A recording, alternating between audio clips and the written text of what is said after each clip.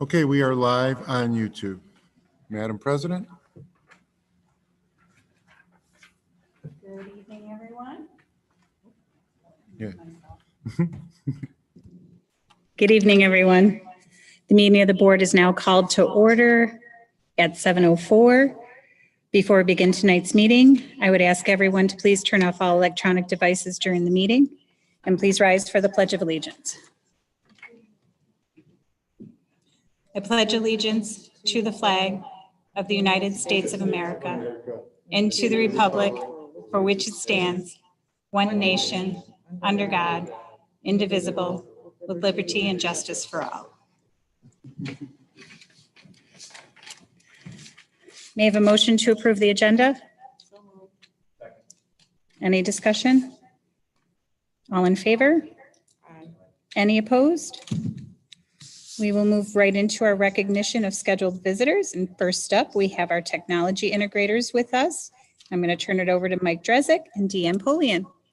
All right, thank you so much. I know we presented in December, so we thought we would kind of pick up and share from that point on kind of what's been happening in the world of technology. We have a presentation here that we're going to share the screen, and we'll take it from there.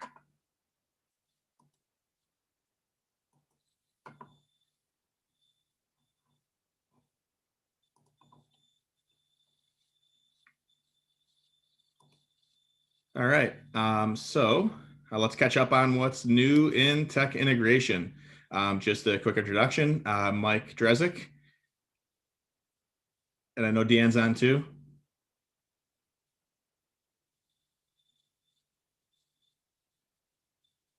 I don't know if Deanne wanted to say hello. Sorry, I am still getting used to Zoom. How sad is that? I use Meet so much, couldn't figure out where the unmute button was. Whew, it's been a long one. Yeah, I'm Deanne Polian. This is my third year as the tech integrator, so it's been a long drive. And yeah, this is my 7th year as tech integrator and 17th with Lakeshore. So we'll start with just some successes that we've seen so far. The forced leveling up of digital literacy for staff and students has definitely accelerated the amount of which we were forced to use technology. And there's been some positives that have come out of that. And basically being able to realize the power of tech for the communication and feedback process to expedite that, to make that more efficient. More teachers aware of what EdLaw 2D is, especially with the oncoming of more products and resources coming their way as they're searching for things. Teachers becoming more confident with tech and becoming resilient because everyone's hit their frustrations, but has had to push through. And also because, everyone's kind of feeling like a first-year teacher all over again in this environment because no one's done it before. I would say they've reached out to new educators, finding new resources and expanding professional learning communities. I've seen a lot of that. I'll also add that this is mind-blowing to me. CSA, when we presented to you last December, we had 22,530 posts. And since December, we are up to 44,221. So we have more since we started CSA in 2016. This was a lifesaver to many people when we went full remote in the spring, when our K2 teachers especially weren't using Google Classroom. And you can see the family engagement there as well. From 32,000 posts in 3 years, then to have another almost 20,000 posts in just a short time frame. So it's getting a ton of use. So yes, we're a Google school, but just had to point out some of those numbers. It's been a boom in CSA. Yeah, so we also have had some tough points along the way. The points that we'd like to be like, let's go on and do that. That's the Control-Z. It's our favorite combo. But we had to kind of work through what a traditional classroom, how that looks when you're remote, and when you're hybrid. And so there were a lot of things with just simple things like the teachers, I have handouts, I don't have them on computers. How do I use those still? And how do we make that, how do we make it work? Also just there was a lot of unknown in the world of digital literacy that teachers struggled with at first, but just at first they're grabbing on. We also learned a lot about exposure to access and equity. We had a lot of concerns with, types of devices and amount of devices, and it was a good learning curve for us. We learned a lot and are making changes as we go. Another big thing too that we had a lot of work with in the spring, especially in getting ready for the fall, with videos, teachers making videos that were engaging for students, and also just learning how to do Google Meets and making them more interactive and engaging for the students. And then we've had some Law2D vendors that we've been working with to make sure that we don't lose those programs and platforms that our teachers love and want to continue using. And we might have changed things a little bit. Our role changed, teachers' roles changed. The way we think about things, we had to kind of look at them differently. And we kind of went from introducing new platforms and new technology to more of a support role for our teachers, and learning a lot of the holes that existed and places that we could, as tech integrators, really be helpful with and more supportive with and prepare our teachers and students for in the fall. But, we also really enjoyed seeing teachers trying new tools and still trying new tools now, because they're still trying to figure out, what really works in this different kind of education. And, Mike and I are always looking down the road. What's next? What's coming? Where do we have to have our kids? So we might have heard that we're lifesavers sometimes, just a few times. A good compliment to get. We've revamped our website. So we switched our website over to Google Sites. There's a Calendly there where people can book us for appointments. We have some highlights of things going on here. We have video tutorials that we house for teachers all around G Suite. So Deanna and I have built screencasts for demos on, some of the basic tools that they'd be using with students. There's some tutorials here for parents. There's some tutorials for students. We really tried to reach everybody through this space, and we're still building it out. We tried to prioritize, and also we'll hope to build it up with some of our favorite tools that are non-Google there. We've also made it very clear to our teachers, hopefully, what tools are approved with EdLaw2D. So everything on this page is a link and stuff that they have access to that is also EdLaw2D compliant.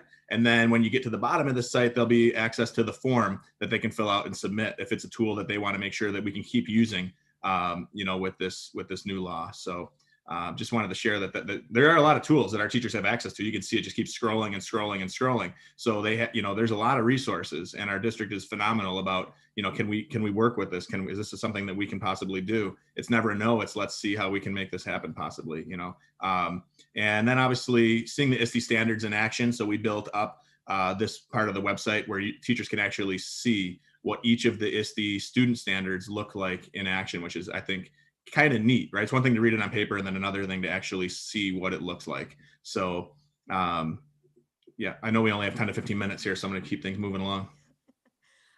One of the things that I really was passionate about this summer was making sure our K-2 teachers were ready for the fall, because I knew that they were going to be using Google and having their students use Google really for the first time. So I did offer some professional development, basic things like Google Classroom Basics, Jamboard and Google Drawing, Google Docs, Google Slides. I did have people K-12 join, which was a great combination of people. But I just really wanted to make sure that everyone kind of felt comfortable walking in the door in the fall, themselves, and then ready for their students too. And then Mike and I in the fall ran some kind of what we called boot camps, Google boot camps. So Mike did a lot with K2 in the fall, and I did all the science classes in 6th grade and all the freshman academy classes in 9th grade. And we went through some of the basic things like Gmail, which was a huge issue. Students, that was like a big falling point. We failed at Gmail in the past. So we covered Gmail, Google Classroom Basics, Google Meet Basics, and how to use your calendar. So those were kind of the big things that the teachers wanted us to cover. And then one of our goals for this year, and with the tech team, the tech committee, is to move towards a Google Level 1 certification for our teachers. And what this basically is a fundamentals training. So hopefully our goal is really to have teachers feel very confident in the basics of Google so that they're not so frustrated with like the simple things, and then we can kind of move them beyond that. But this is a great fundamentals course. And then there's a certification at the end. There's 13 different units of study. And we have some plans in mind for how we're going to have this roll out. And then since September, because we had the Mondays where teachers were without students, Mike and I set up times during the day, usually in the morning and the afternoon, where we would be in our office and we would have a Google Meet open. And our teachers have been pretty good about using that. They pop in, they ask questions, they usually learn from other questions that are happening. And I think it's been pretty successful. I think we've been able to support a lot of teachers just really quickly in those little meetings and, setting them up for the week. And then this also was a little project Mike and I did. We did some posters for student expectations for video conferencing, Google Meet tips, just kind of common problems people were having and how to fix them, what types of devices and things that they needed, and then parent and guardian expectations for video conferencing. So we just kind of made them look a little bit more enticing and engaging, and those exist. Another thing we also wanted to cover was kind of the guidelines for safe, responsible, and respectful use for student video conferencing. These are all new tools for them. They have access to the chat. We've always promoted digital citizenship, but we thought getting some things on paper here would be good teaching points for our students. So based on different scenarios, really, what's the appropriate, what are some of the norms, I guess, for that environment? Also, we held a few office hours for parents in September. So we tried to do it as anything we could to see. And I don't even know if in September they knew all of the questions because at that time it was so new for them. But since then, even we've had phone calls with parents. We've had Google Meets. We've tried to do whatever we could to make sure that our parents have the support. And if they've emailed teachers, we tell the teachers, you can redirect the parents to us. We're here to help. So if it's something that we could take off the teacher's plate, and I know we have an evening session tomorrow night out at the Seneca Nation Community Center. So we're just continually trying to support parents wherever we can. So at the end mentioned in the beginning that our role has kind of shifted from from like really trying to do innovative things to support. And what we really wanted to make sure that we were still trying to push some innovative activities happening with tech integration. So Boom Writer is a project that we have with Chadwick International School in Songdong, South Korea. And what are happening here is our students are taking turns writing chapters of this book. So they're kind of collaboratively doing some creative writing. You can see here, we're on chapter 5 right now. Lakeshore's grade 3 students are writing chapter 5. They will all write and they will all vote on the winner. And the schools keep going back and forth and passing the story back and forth. And eventually this could be published into a book that we keep in our school libraries. So a neat little way to use technology to unite the world. And it'd be cool to get them on a Skype too at some point. But right now they're just doing that through Flipgrid. I've had an amazing opportunity. This is the second time I've worked with Ms. Stefano when she's had her entrepreneurship class. And the students they each have a business that they have to design. They get to choose what type of business. This year they focused on businesses that don't exist in Angola that they could, really actually sell to the town. And they have been working on social media using Canva. The video that you're seeing is a little example of what they were building in CoSpaces. So they actually, instead of drawing out what their business would look like, they're designing it, and you can walk around it and interact and code people and objects to say things and do things. So that's been pretty fun to do with them. They're starting to work on their Google Sites for their business, which is multi-page, like real world skills. It's just amazing. And then we're going to be starting on We video commercials pretty soon too. Oh, and then sorry, GimKit also. So this was kind of a big ask in the spring. Some of our foreign language teachers actually really use this a lot, and maybe a couple years ago now. And then we did actually get a kit this year of 20 licenses, and people have really been kind of asking for it a little bit more. And it's a really awesome gaming platform. But now they have some cool things that are kind of a little more engaging for our students. They have, they call it Trust No One, but it's kind of like the Among Us game. They have some other game videos or game styles on here too, different game modes. But it's a cool thing. And the story behind it is that an 18-year-old began this as his senior project. And he is now running a company that is got millions of people So around the world. This is a tool for formative assessment. So whatever Mhm. content area you're in, you can pump all of your questions into GimKit, and it gamifies your tests and your quizzes. So by the time you're done playing one of these games, you really get to master the content. Yeah, and they want to know the answer, and they want to have the right answer because they gain points.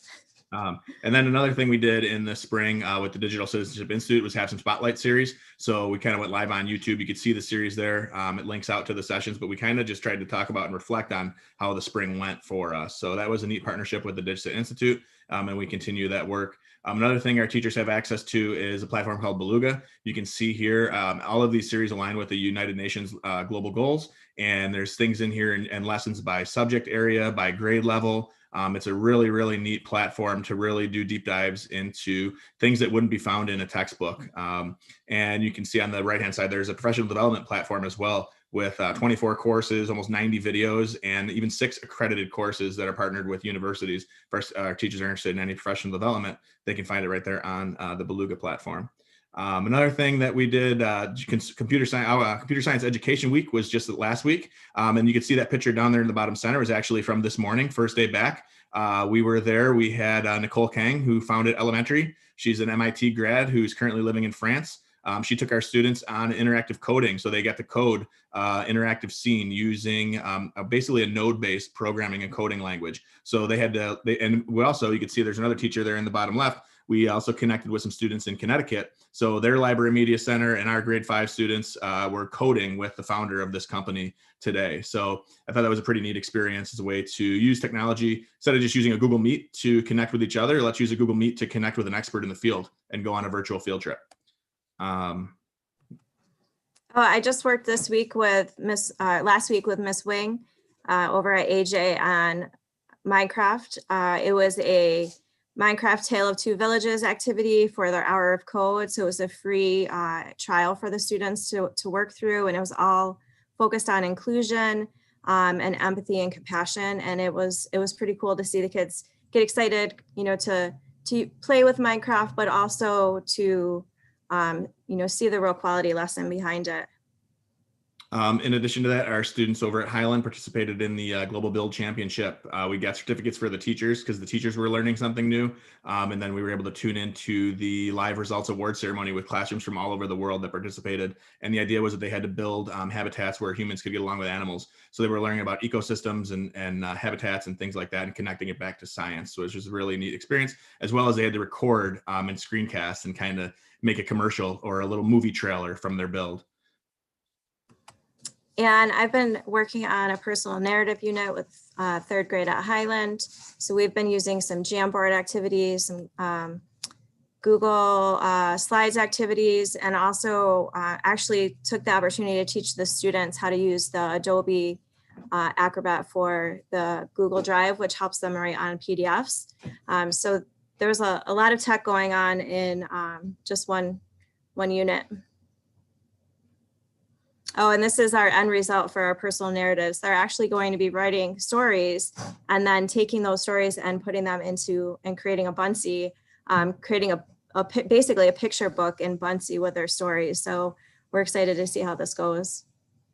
I know recently I participated back in October when things were more normal. I went to Google headquarters in New York City. And I got some professional development on putting together a project that I could put out there into the world. This is something that I hope to get into our new teacher orientation program, as well as in our mentor program. But I created an educator burnout index where the teachers can kind of self-assess and see where they're at, gather resources.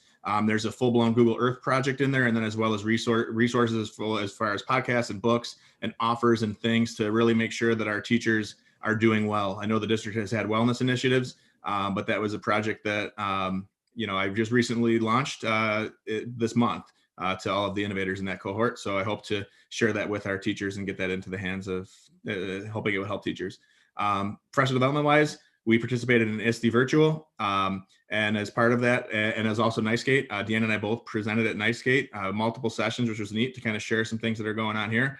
And we also published a lesson through Adobe Education and Flipgrid on global collaboration. So it's a lesson that's out there for any students in the world that would like to use it. We collaborated with a teacher down in Florida, and it's called Windows to the World, and students can complete that lesson. So just wanted to talk a little bit about that. And we thought this was a really cool way to kind of wrap things up here. This was an email that Nancy Alessi received.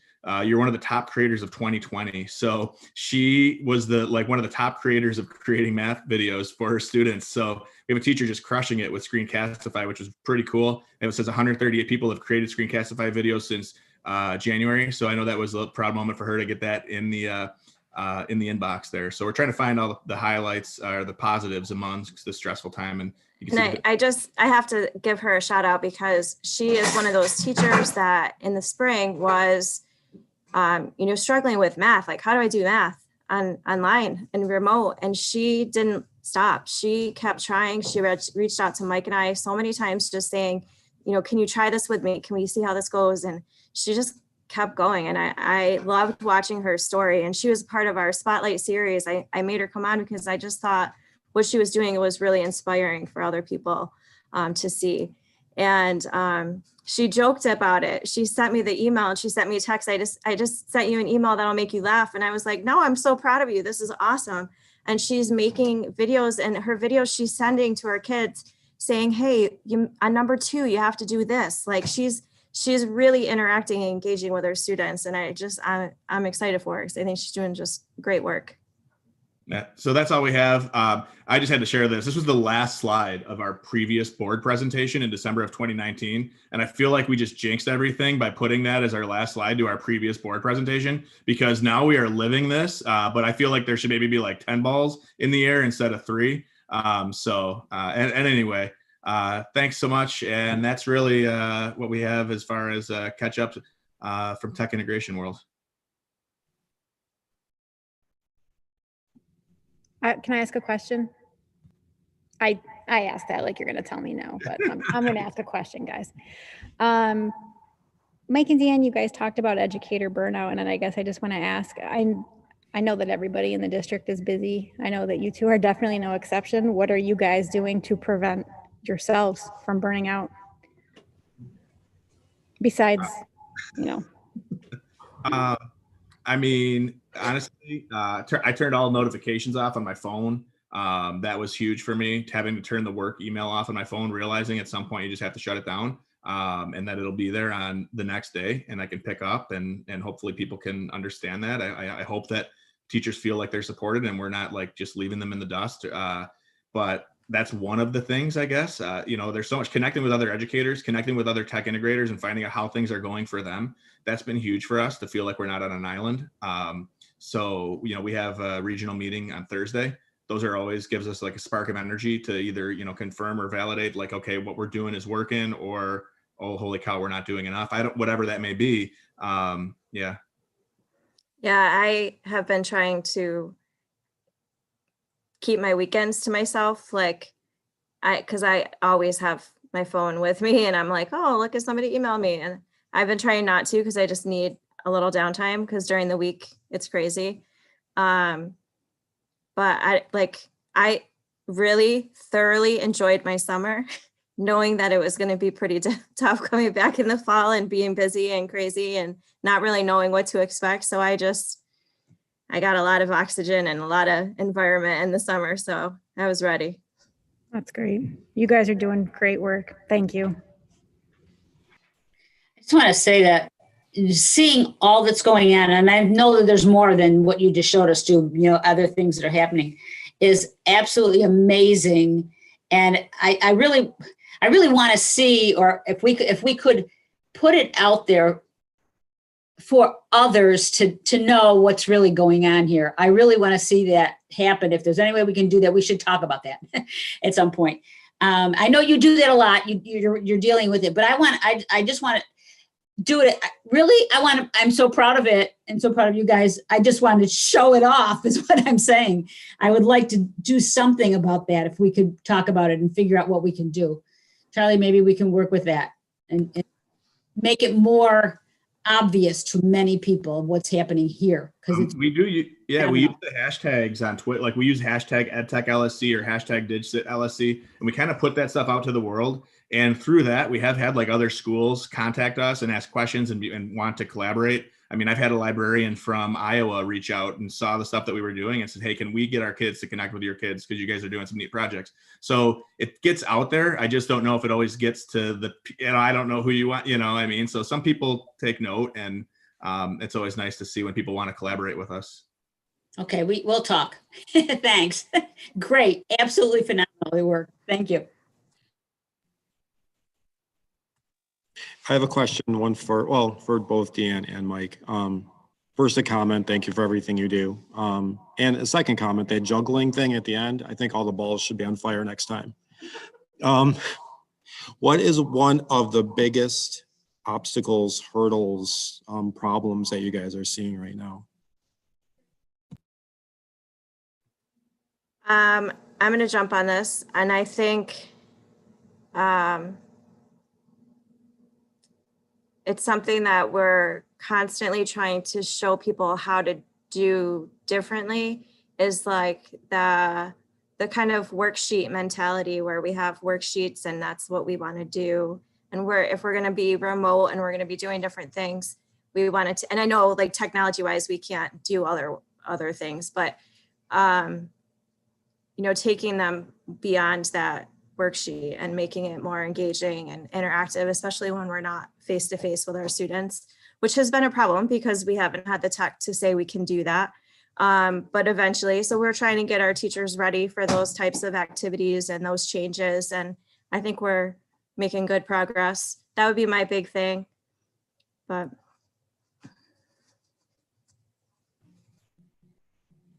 How about you, Mike? You got anything? No, I mean, I would kind of agree on that, right? Like just really trying to maybe see the value in technology now. So maybe the hurdle now is, okay, I just learned all this technology. How do I really truly put it into practice on a regular basis? So I think that's one. And just like the simple things too, right? Like trying to attach a Google Doc. Well, it's on the web, you don't attach it, right? Just like, so like just little digital literacy things with like those little stumbling blocks with some of the basics that we never really had to do before. It was almost like an add-on. If you wanted to learn it, you could, but you could be totally fine without learning it. And I think it's now trying to get everybody to, okay, yeah, this stuff can really make my life easier. So how can we learn some of the basics? And we've definitely every single teacher in the district has just leveled up by a big time as a result of this. And they worked hard to do that because they had no choice and they weren't going to let kids down. But I think, it's just like how can we help them eliminate any of those frustrations? Just knowing that sometimes they're embarrassed to ask. Like we always get that. So I'm so sorry to bother you, or this is so silly, or I feel so stupid for asking this. But really, like it's okay. Let's just keep moving forward. Great, thanks, guys. Is anybody? Oh,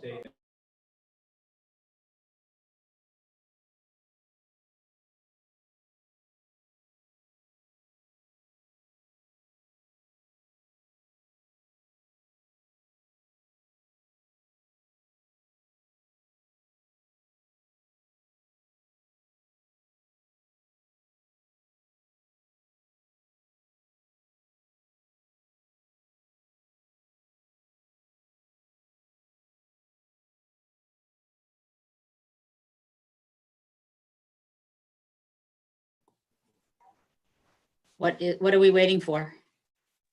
I don't hear anything. Yeah, I'm not sure.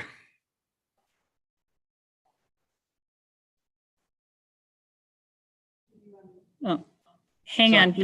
Bill was speaking, but I don't think you guys are seeing him.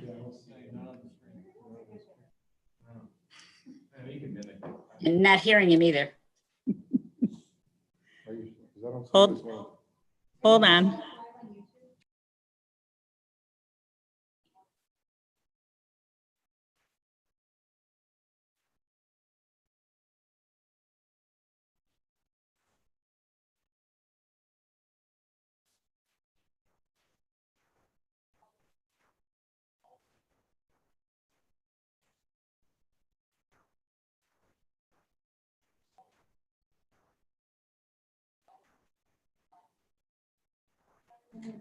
So Bill is having a little trouble with his computer over there, but he basically was just saying that everybody is using technology now like we never have in the past. Was that the gist, Bill? And we're going to keep using it.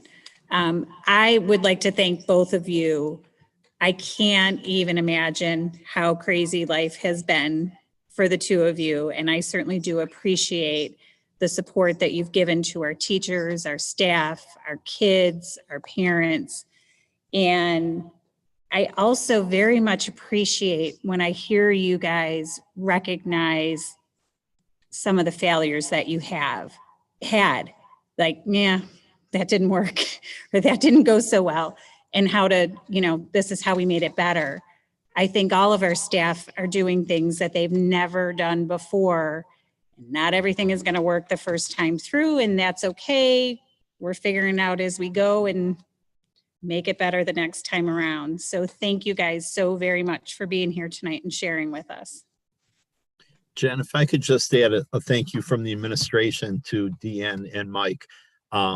Your efforts don't go unnoticed by us either, and we don't know how we would have gotten through this whole COVID closure thing without your help for our teachers and our kids and our administrators. So a very heartfelt thank you.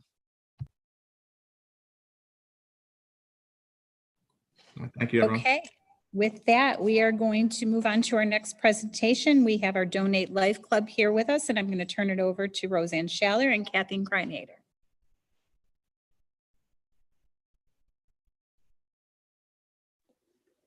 Okay, good evening.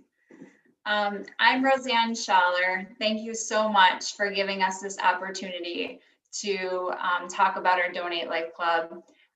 It's something that's very near and dear to my heart. Kate Kreinader is my co-advisor, and I couldn't have picked a better person to go on this adventure with.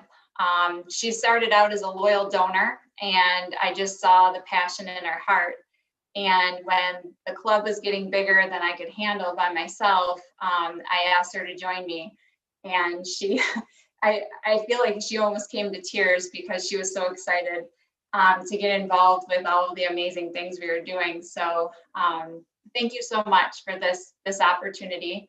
I do have a presentation to share, so let's see if I can make this work. I'm used to being the host in these meetings, so let me see. Screen. And that's not the one. Let's see. I think you're good. You just got to go over to the Donate Life Club tab. Yep. There we go. And then, okay. Yeah. Okay, we're good. I even practiced this with Mike earlier. Thanks, Mike. So the Donate Life Club started 10 years ago when my son was born, and he was actually born in December. I didn't have any indications at all that my son was going to be born with a major health problem. So as soon as I had my son, they took him away right away. He was struggling to breathe. He was covered in petechiae, which is an indication of internal bleeding. And they took him away to the NICU, and I didn't see anybody for about 3 hours. And when the doctor came back to talk to me, he didn't have my baby that I just had. He had paperwork, and he was shaking, and he handed me the paperwork, and he said, "You need to sign this right now. Your son needs donor blood and donor platelets, or he won't survive." And it's December. The blood supply is critically low. So we have what we have on hand, but we really need him to fight through this. And I said, "Doc, take my blood, just take it, whatever he needs. I don't need it." And he said, "No, I can't take your blood. It takes time to process before we can give it to somebody else. Like, our blood supply is all we have." So as I signed the paperwork and he left to go work on my son, I just sat in my hospital bed. hoping and praying. Sorry, it still makes me emotional, that he would be okay. And lucky for us, he was okay. But I did have the opportunity to make a commercial with Jason Pominville. So I'm just going to show the commercial. It probably shares the story better than I just did because I still get emotional. So I'll talk more after I share this with you.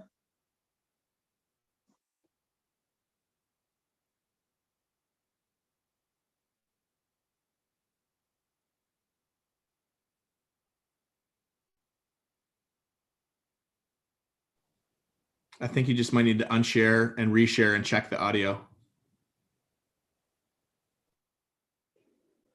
Okay.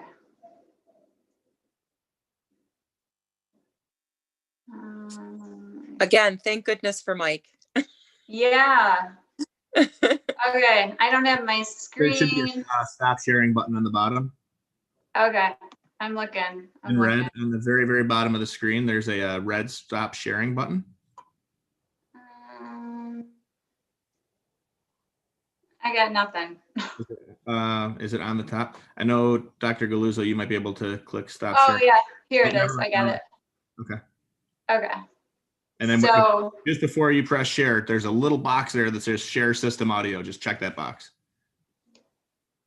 share. Yep, got it. Okay. All right, let's go back to that. Okay.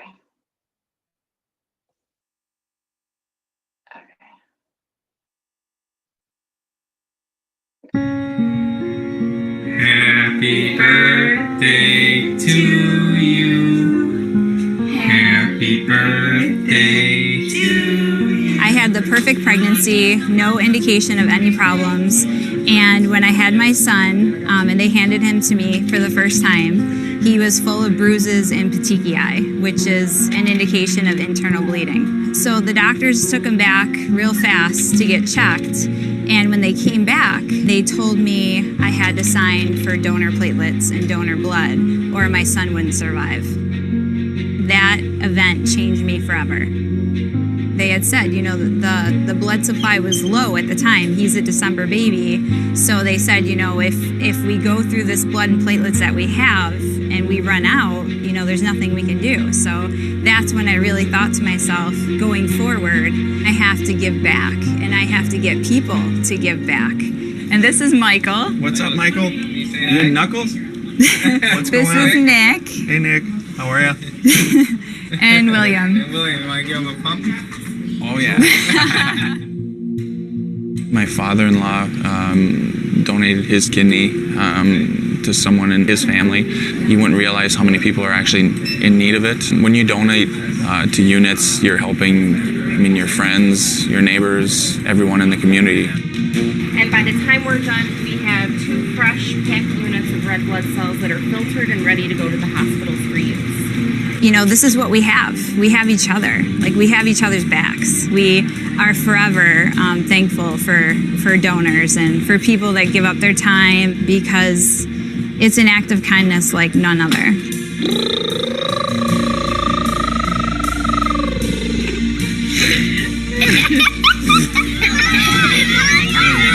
They're very healthy, active boys. You know, Michael right now is playing basketball and Nick is wrestling, and we're just so lucky and fortunate and blessed to have them. There's no price for this. You can give gift, you can give money, but for someone to go out of their way and do something for some people they don't even know, I mean, definitely means a lot. It is an act of kindness, but it's like the most personal type. It's like giving a part of you to somebody else. That person that needs your donation is somebody else's world, and you're giving somebody hope, and it's amazing.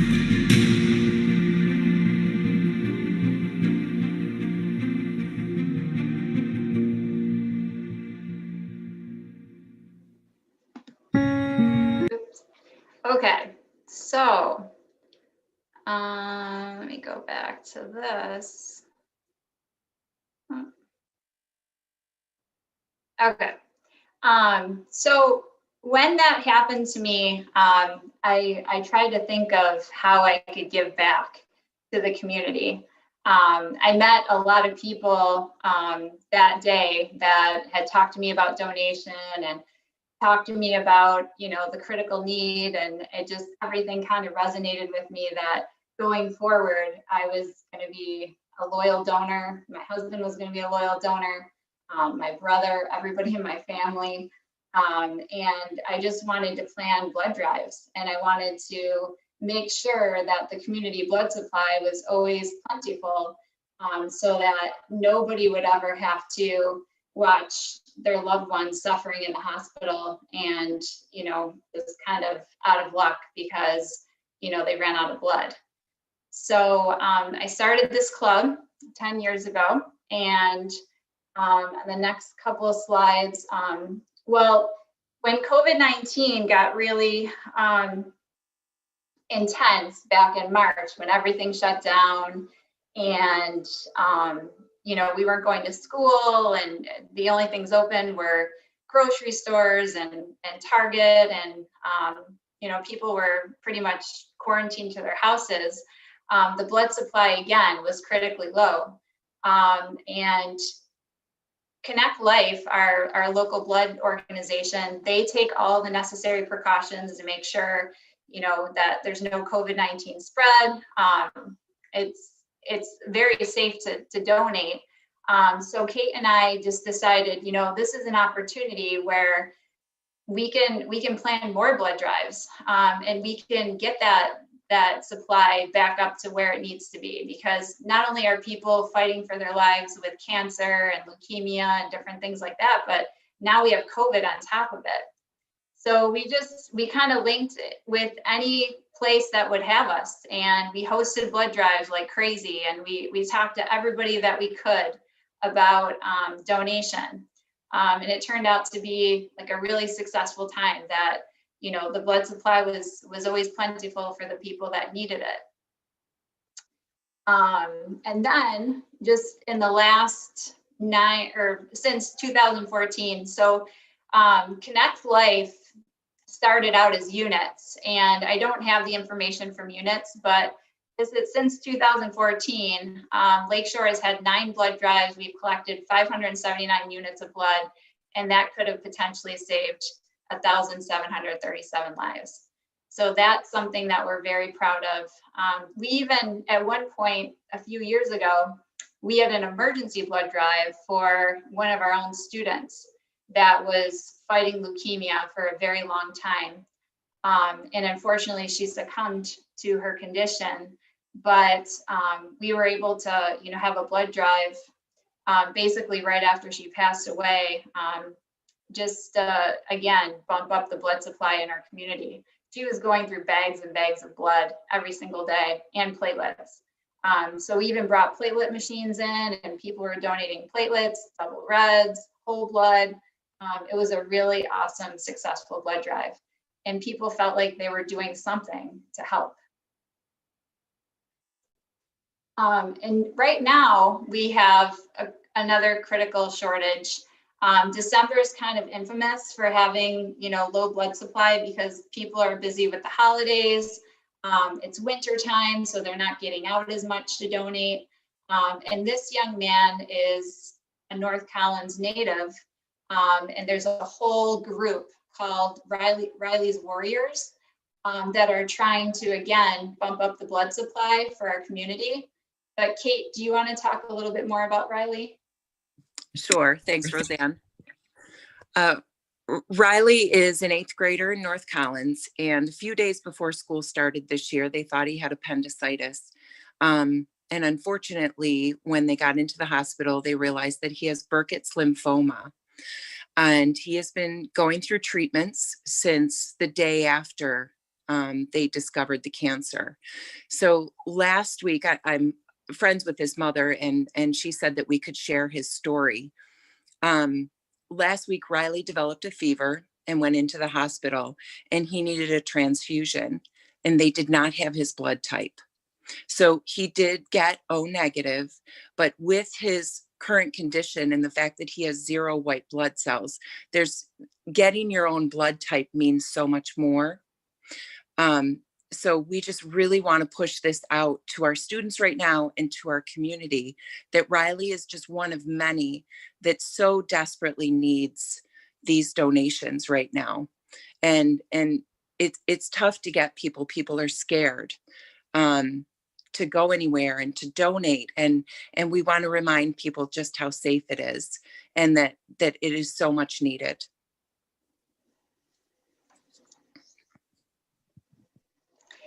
So Kate and I, in 1 week, we put together this blood drive at the Lake Erie Beach Fire Hall. And it's this coming Monday, which is the week of Christmas. And we can accommodate as many donors as we can get, but it has to be by appointment only because of COVID guidelines. So we can't have, 15 people coming to donate all at once. So everybody will be spaced out appropriately. All the proper guidelines will take place. We've talked with our students about it. Students are a great donor base, because if they have a good experience, they'll continue to donate, and they're like our donating future because they're so young and healthy. And so Kate and I do as much as we can to make them comfortable, make sure that their first experience is a great one.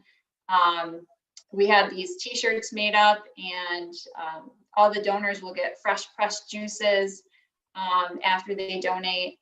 And we're just, really hopeful to bring up our blood supply for Riley, for anybody else that, happens to need it. And that's one of the things that I think when I was younger, I just didn't realize the impact. I mean, I remember donating blood in high school, and it was, because my friends were doing it. I wanted to get out of class. There was some awesome snacks down there. I didn't realize the impact. So when Kate and I share our stories, the kids really, the empathy is amazing. They really just find it in their hearts to get past the mental block of, oh, the needle, or oh, the bag of blood, or oh, I think I'm gonna faint, but I really, really want to try to do this. And one of my favorite stories, last year, I had a young girl, a student, her name's Shay Gonzalez, and she was in my class.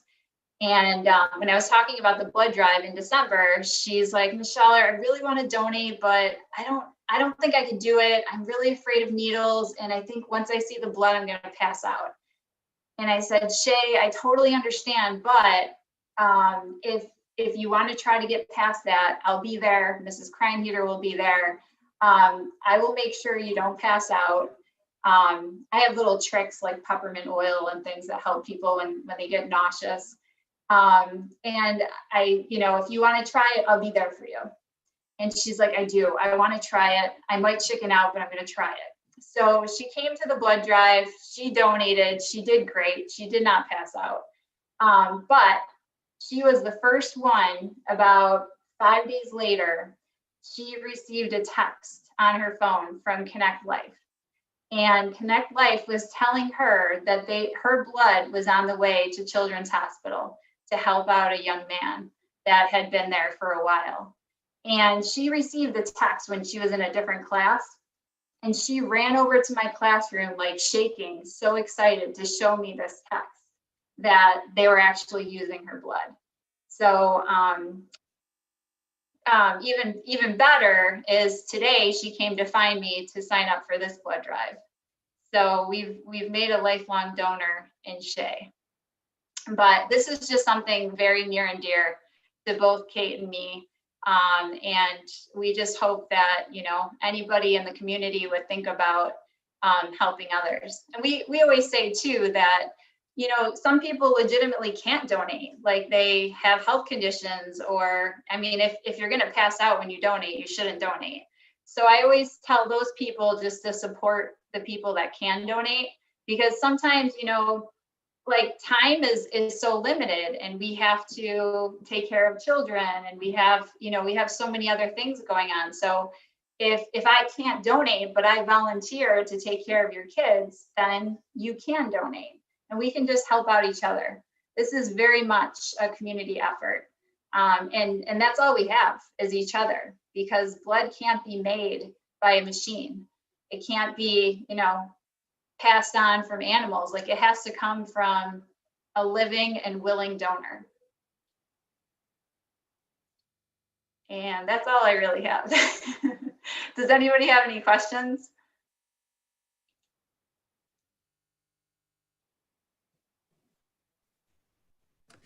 Thank you so I'm just- much, guys, for the work that you're doing. It certainly is so important. And to get these kids involved at such an early age, I think you are creating lifelong donors. I cannot make the one on Monday, but you guys can personally reach out to me on the next one. Thank you Will for being do. here with us and sharing with us today. You're We welcome. we'll share the link. We'll share the link with everyone to schedule an appointment if you're able to do that. And if you look, when you do look up the donation link, it will show you other times that you could donate in the next couple of weeks. Yeah, I want to thank you guys too, and I can't wait till we can do ours again in school. I noticed that when you guys have it at school, you have a really, really high participation rate. So can't wait to be able to do that again, hopefully sooner than later.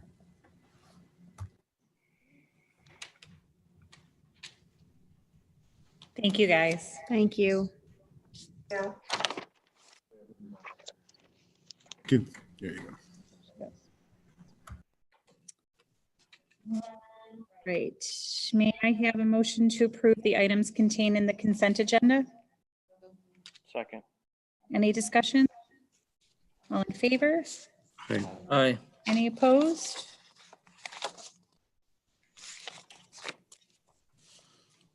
Under new business, may I have a motion to individuals as additional Title VI Native American Program tutors for the 2020-21 school year at a rate of $27.05 an hour. Jeff Connors. Second. Any discussion? All in favor? Aye. Any opposed?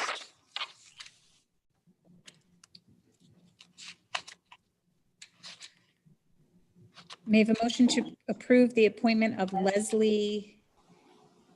Christine Iyer as a cafeteria monitor for the district during the 2020-21 school year pursuant to the terms of the September 28th, 2020 memorandum of agreement between the district and the Teamsters Local 264. 21.05 an hour of the Teamsters Local 264 contract effective November 17th, 2020. Second. Any discussion? All in favor? Aye. Any opposed? May I have a motion to accept with regret the resignation for the purpose of retirement of Jacqueline Markle from her personal care aide position effective December 9th, 2020. So, Any discussion? All in favor? aye. Any opposed? And our discussion items. Our student right now is not able to log into the Zoom meeting from her computer at home. So Christine is going to send us all an email with her update. Board of Education Committee. Has anybody? Nobody's met, right?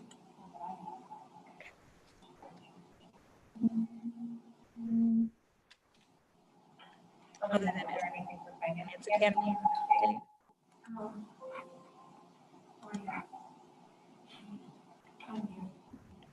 Yes. Finance Academy is being innovative like everyone else has to be right now, since we clearly can't do our 3-on-3 basketball tournament in March.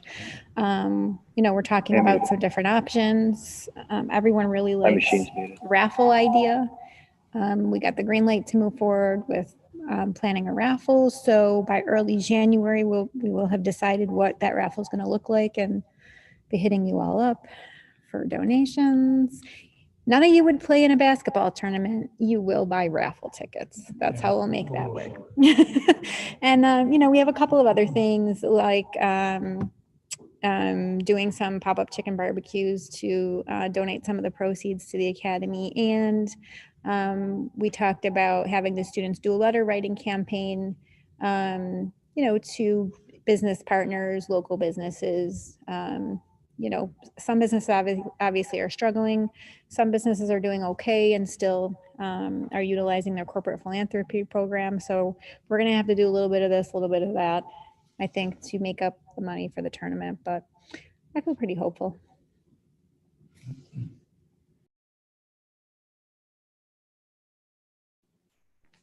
Thank you, Kathleen. Anybody? Anything else? ECSD? Legislative team has no meeting this month, correct? We'll meet in January.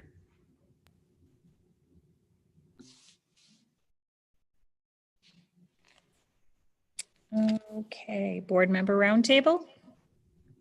Why, yes. No, I just want to say something really quickly. I was walking out of the Brant Post office today and a Lakeshore Central school bus drove by, and it really just filled my heart with happiness. I was happy that our kids were back in school. I was happy that our bus drivers were in the bus seats. So thank you to everybody who's made that happen. Charlie and Dan and Melissa and the administrative team and everyone that's working to get our kids back in school. It was a really nice sight to see. I just like talking to Charlie before our meeting that this morning I was having my cup of coffee and I looked out my front window and a bus drove up the street. I'm like, yes, everybody's back. So I appreciate everybody's hard work, getting all the kids back to school. And I was really happy to see it felt like a victory, right? Yeah, totally. Just School bus. one yellow bus up the street, but it was really cool. It was awesome. I just like to thank all the administrative team, Charlie and everybody, for the communication of what's going on, when it's happening, why it's happening. I really appreciate it as I've, having to stay home so much, I feel like I'm sometimes out of the loop. So I do appreciate all the information that's been coming out, being on top of everything and letting us know what's happening, when it's happening. So I appreciate it. Thank you.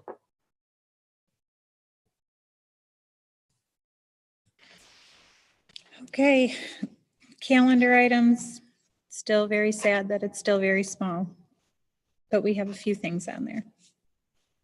And then finally, our superintendent's report. Okay, thank you. We are excited to have kids back. As I was driving in, I see all the white lights blinking on top of the buses, getting ready to pull out and drivers getting on. And it was really exciting to see the kids come back. Really want to thank the whole administrative team, Dan, Melissa, all of our people in our offices, the nurses, LPNs, people from the athletic department, from Daryl's office, people in the business office, Christine taking on extra duties so that people can help out to get everything ready to do testing. And on the 11th and the 14th, we tested 234 people, 187 students, and 46 staff members with 0 positive results. So we're really excited about that. But we want to remind people that you have to keep wearing your masks, maintain this 6 feet social distance, and continue to wash your hands. One of the things we are going to, we're asking students to wear their masks in the classroom a little bit more than before, pretty much. So that we can keep that distance where it needs to be and to be a little bit more cautious about that. And pretty much the kids have been wearing their mask all the time anyway before this happened. They just kind of get used to it. I think adults have more of a problem with it than kids do.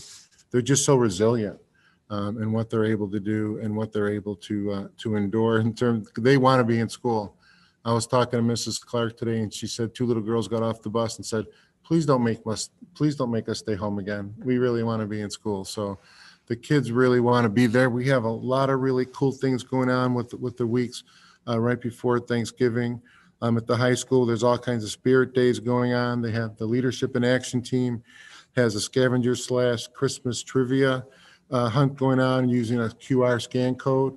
Not really sure exactly how it works, but the high school kids do, and it's going pretty well. At the middle school, the Tree of Warmth tree is covered with dozens of mittens, scarves, and hats, and donated toiletry items from the 7th grade Good Operation, Good Neighbor Drive. So even in this time, we have a huge spirit of giving from our community to others in our communities. Today, they had a Zoom day at the middle school, which meant you dress nice on the bottom and you can wear pajamas on, nice on the top and pajamas on the bottom, pretending like you're on a Zoom call. So that was pretty neat. Tomorrow is pajama day. Then they have superhero day, hat day, take a selfie of your pet day to bring that in. Ugly sweater day, of course, and ugly mask day. And the 23rd is holiday dress up, green and white. So even if you're a student that's hybrid on those days or fully remote student, you can still be able to go online and log on and still post pictures and still be part of the group, which is really neat. Our middle school truly is a middle school. I think in a lot of the ways that it functions in terms of kids and the things that they try to do for kids, because, they're at that age where they're kind of adult-like and they want to be adults, but they still laugh at your jokes, even though they don't want to, which is really pretty funny. And we just have a great team over there. AJ Schmidt, really all of our elementary schools are doing very similar things. Highland's having a virtual fun night. At AJ, they have a group of families that they're helping out to help out in Christmas time. WA is pretty much the same as the other schools. Mrs. Eastman just came back, and she's doing great, and she's right back in the swing of things. At Hoig, our virtual learning centers are very busy. We have adopted a couple families that have been hit hard by COVID and by other things that are going on in their lives. So we'll be helping out those families over the next week. Our transportation department, our drivers are back, they're ready, they're behind the wheels, and it was really great to see them again driving our buses. The technology department, they've been very busy distributing those MiFi devices, and every student that had requested a device is being issued a MiFi device. So we have about 11 that are kind of spares, and Mr. Barnes had to go to T-Mobile to try to repair a couple that kind of came in that needed to get fixed. So he's real busy with that. And the plan is for us to be one-to-one with all of our students in the fall of 2021. Thanks to the work of the technology department and Mrs. Bergler with the grants and the Smart Schools Bond Act, we're truly gonna be a one-to-one district in September or October. If everything goes well. It's a monumental task to take those computers and do the magic that the technology department has to do to get them ready. And I think we only have, 4 or 5 guys in that department. And it's just amazing the things that they're able to do. On the athletic front, high-risk sports are still on hold, such as wrestling, basketball, and competitive cheer. The athletic association is looking into the low-risk sports such as swimming and indoor track, possibly happening still that week of January 4th. We're just not exactly sure. And speaking of track, our track has been painted and it's a beautiful shade of gray, right, Dan? It's the right color gray, and we just can't walk on it for a week. So the phys ed department has the kids in the fitness center, and we have custodians in there going in and making sure that it's clean after every class goes in there, and so is the teacher. We have spray bottles and things to make sure everything is good. Also want to let you know about the Friends of Andrew Macy. As you know, he had passed away on December 18th of 2018. His brother Matt is a high school student in 11th grade, and he wanted to acknowledge the anniversary of his passing.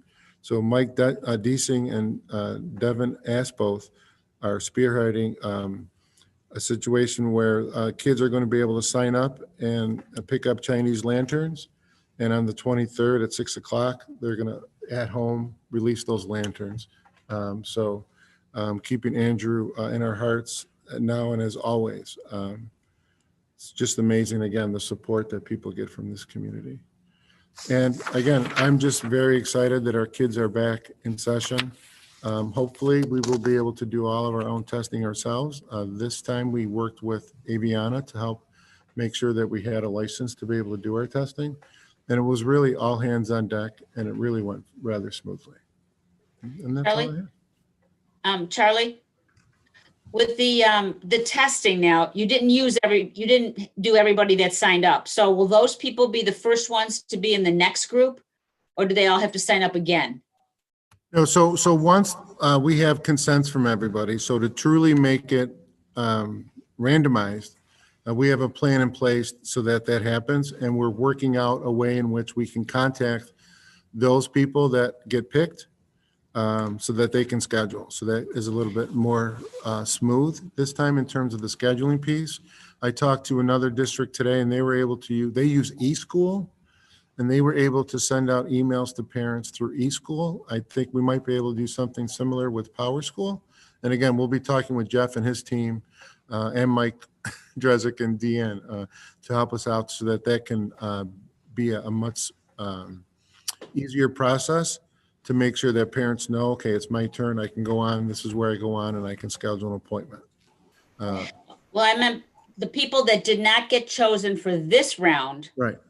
Will they be like the first ones that you might use for the next round? Well, right. Well, that's what I'm saying. That's going to be part of the randomizing process that we're going to use. If it's truly going to be randomized, then I think you have to put everybody back in the pool and then randomize it that way. So it's a possibility that somebody is chosen 2 times in a row. But I think really we have talked about this today to really truly be random. It really should just be a random kind of a draw. And I think now that people realize how quick and easy it is, and I mean, the parents were great, the staff was great. It really went off surprisingly well. It was a great day. Charlie, could you go into that, the randomness to it? So if somebody had signed up for this the first time, is everybody back into a random pool and they could be easily the 60% of the same people who are advantageous to sign up for the second one? Or are we looking for it to be people that were not involved in the first round, or just hopefully it can be just a big pool again? Right, Bill, that's a good question. And that's kind of what we're talking about. We just want to make sure we get clarification in terms of what randomization means, right? So we don't want to obviously keep picking the same people because that truly isn't random. But if you take the people that were tested out of the sample that could be tested, then are you truly randomizing because you're leaving people out? So it'll be, I think, 2 different things. How many consents we actually have per building, and then how that works out in the future in terms of who we have to test.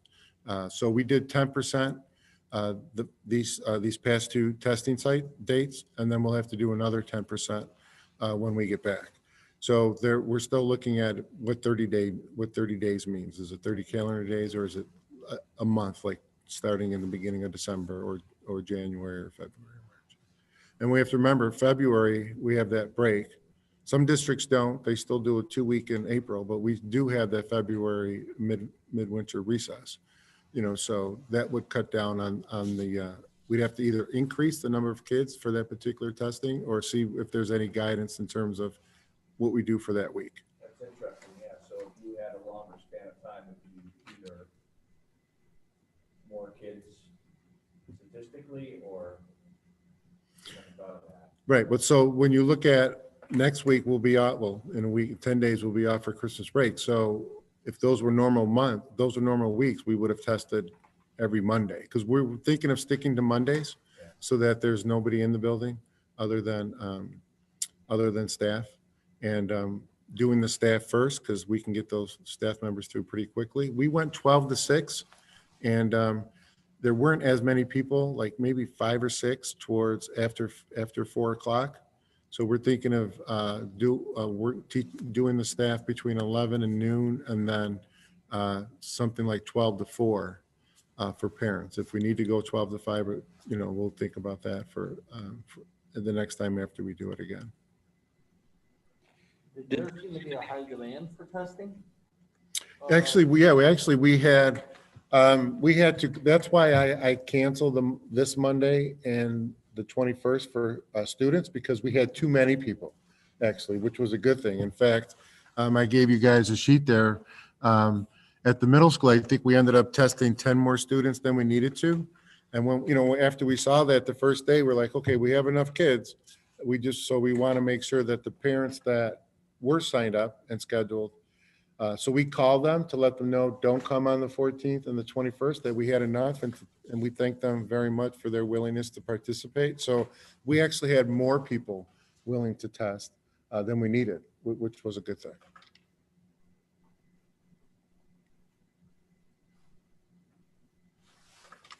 What is the status with the LSL? Do we know? Yeah, I just talked with Dr. McLean's office yesterday, and they suggested that we resubmit it, Dr. McLean's office, so we resubmitted it again. And we put not only Mrs. Benax's email address on it, but my own and the doctor's office, so that they contact one of us. And they are in contact with them also. So the doctor's office is going to call again tomorrow to see what the status is. So after we did all the testing, I had to upload the information to the eClear system. And I also got a couple phone numbers of other people that I might be able to call to see exactly what's going on with the status. Because obviously it'd be better for us if we had our own LSL, so that if we needed to do a test or two during the week, because maybe we couldn't get enough people to drive in on the Monday, we'd be able to do that in-house, you know, before the start of school. But until we have the LSL, we can't do that. It's on the contract. Correct. Right now, we're still working on the Aviana. Right. Okay. Okay, anybody have any other questions? No, I just want to follow up. It's going to be interesting with the state. I'm just curious if. No, I'm just curious with the state with these breaks and Christmas, and then what it means is 10%.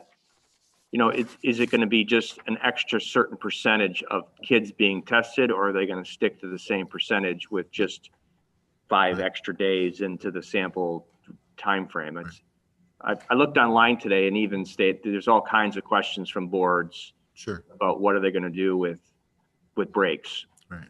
You know, is 20% going to have to be 26%? Right. You know, or there's just, to Charlie's point, it's the Wild West. We don't, there's no answers yet, and Christmas is 2 weeks away. I mean, I don't. I just hope that as a community, we as adults do what we need to do to help get the numbers down. Yeah. Because it'd be really nice if we were not in any kind of a designated color, and we wouldn't have to worry about testing at all. So hopefully all of Western New York, you know, takes a look at that and really starts to think, you know, if we really want to keep things open, and if we want things to get back to, I guess, normal, a COVID normal, we need to get that rate down in our area, so that we don't have to worry about going through all this extra steps to be able to get kids to come to school.